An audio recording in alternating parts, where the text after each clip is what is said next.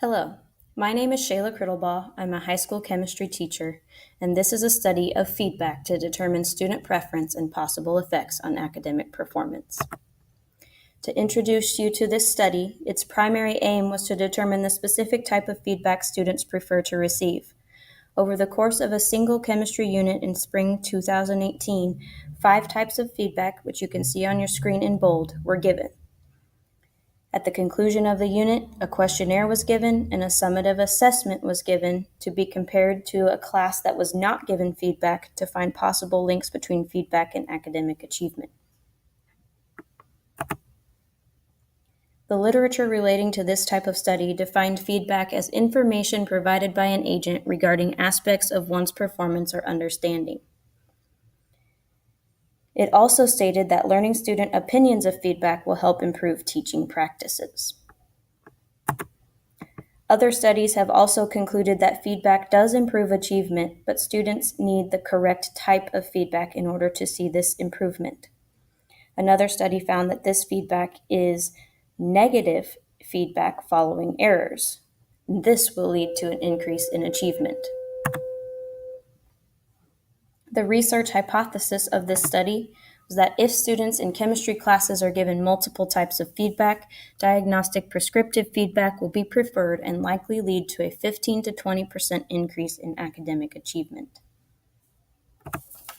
To summarize the materials and methods, the population being studied was 23 students in the 10th and 11th grade. The 5 types of feedback discussed earlier was distributed throughout a chemistry unit. A questionnaire was distributed at the conclusion of the unit via Google Forms, and a summative assessment was also given.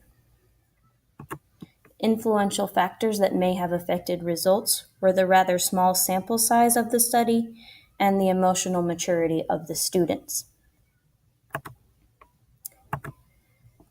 The results on your screen are the results of the survey given at the end of the unit.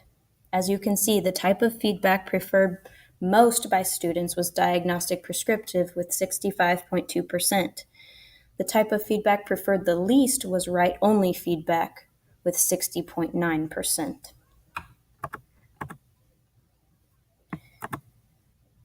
The results of the summative assessment are now on the screen. The results of the assessment of the class given feedback are being compared to the results of the assessment given to the class with no feedback. The scores were out of 30 points. As you can see, the mean score of the class given feedback was approximately 1 point higher than the mean score of the class given no feedback. In order to determine if the 1 point difference between the mean scores was significant, an analysis of variance was calculated. The F value, seen at the far right-hand side of the table, was well below the critical value, which can be seen in the asterisk below the table. This indicates that there is no significance in the differences of the means.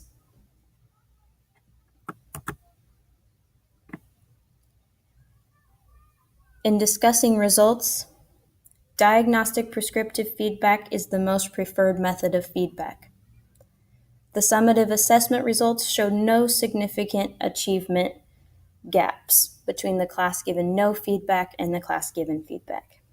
Some possible explanations for these results could be the small sample size skewing the analysis of variance results, as well as the emotional maturity of the students.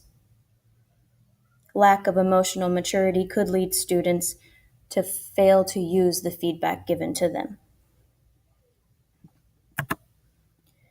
To summarize, the type of feedback preferred was diagnostic prescriptive, which supported the research hypothesis. However, the hypothesis was unsupported as to the link to academic achievement, as no significant difference in the mean scores was detected in the analysis of variance calculations. For future considerations, teachers should provide diagnostic prescriptive feedback to students to see improvement in performance. Further testing with this type of feedback and larger sample sizes would be useful to determine if academic achievement is truly affected. significance of this study is knowing that students prefer diagnostic prescriptive feedback, and this could help teachers improve practice and students to increase their academic performance.